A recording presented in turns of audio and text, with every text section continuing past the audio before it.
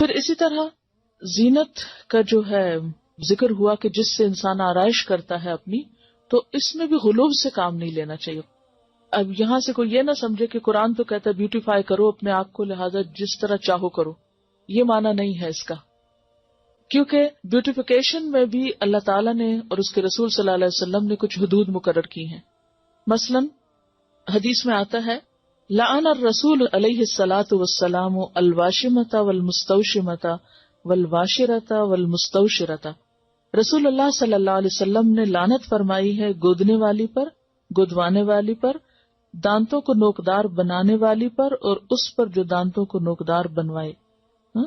یعنی ایسا طریقہ اختیار کرنا کہ جو پرماننٹ میک اپ کی قسمیں ہوتی ہیں، کہ مثلاً یعنی ٹیٹوز جس کو کہتے ہیں، تو ٹیٹوز صرف بلو کلر کے نہیں یا بلیک نہیں ہوتے، بلکہ اب میک اپ کی غرض سے بھی استعمال ہو رہے ہیں، اس سے بھی منع کیا گیا ہے.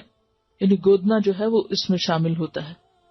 اور اسی طرح جو دوسری چیز ہے دانتوں کو نوکدار بنوانا، یہ اس دور میں لوگ کیا کرتے تھے، گھسا گھسا کے دانتوں کی شیپ فرق کر لیتے تھے.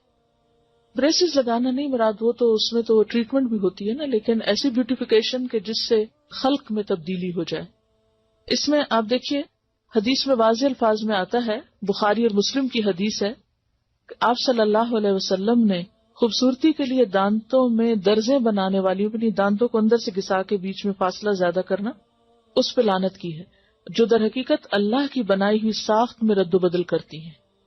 یعنی کوئی بھی ایسا میک اپ کہ جس سے پرماننٹ چینج جسم کے اندر ہو خوبصورتی کی خاطر، وہ منع کیا گیا ہے.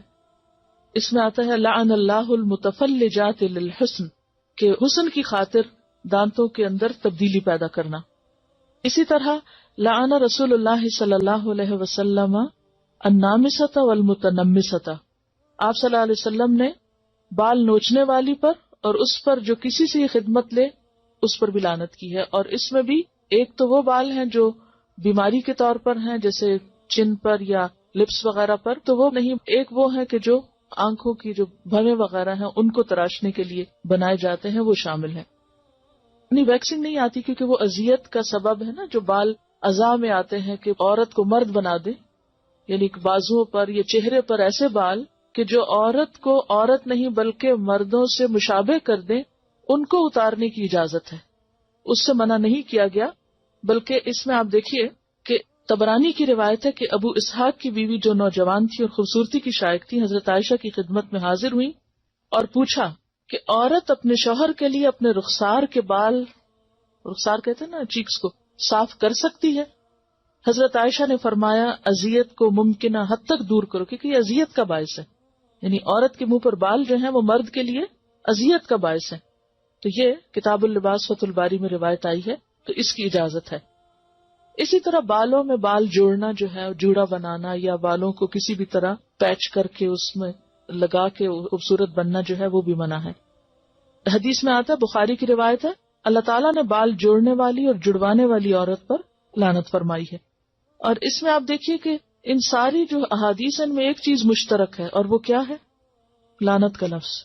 یعنی اللہ کی رحمت سے دور ہیں ایسے لوگ.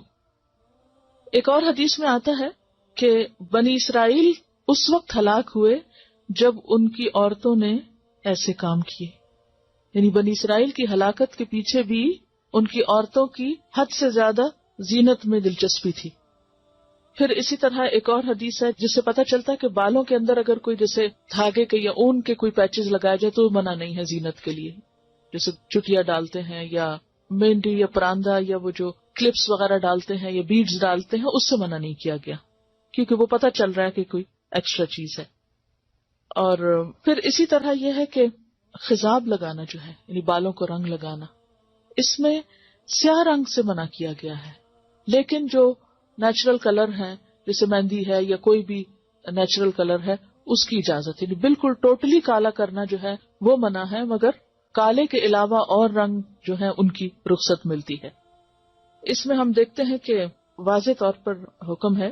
ابو ہریرہ کی روایت ہے کہ نبی صلی اللہ علیہ وسلم نے فرمایا، یہود و نصارہ خضاب نہیں لگاتے، تم ان کے خلاف طرز عمل اختیار کرو. یعنی بال سفید رکھنا پسندیدہ نہیں، ان کو رنگنا زیادہ پسندیدہ ہے. ٹھیک ہے. یعنی بعض لوگوں کا خیال یہ ہے کہ کلر کرنا جو ہے یا خضاب لگانا جو ہے وہ شاید تقوی کے خلاف ہے. تو اس کے برعکس آپ نے کیا فرمایا کہ یہود و نصارہ اس کو نہیں پسند کرتے، کیونکہ ان کے ہاں بزرگی کی علامت کیا ہے کہ اپنے بال وائٹ کر لو. لیکن آپ نے کیا فرمایا کہ نہیں، تم رنگو. اور اس میں ہم دیکھتے ہیں کہ حضرت ابوبکر اور حضرت عمر خضاب لگاتے تھے، لیکن بعض صحابہ کو پسند نہیں تھا، جیسے طبعی طور پر جیسے حضرت علی ہیں، ابی بن کعب، حضرت انس، ان کو پسند نہیں تھا. تو یہ نہیں کہا گیا کہ تم ضرور لگاؤ، یعنی تاکید بھی نہیں کی کہ کیوں.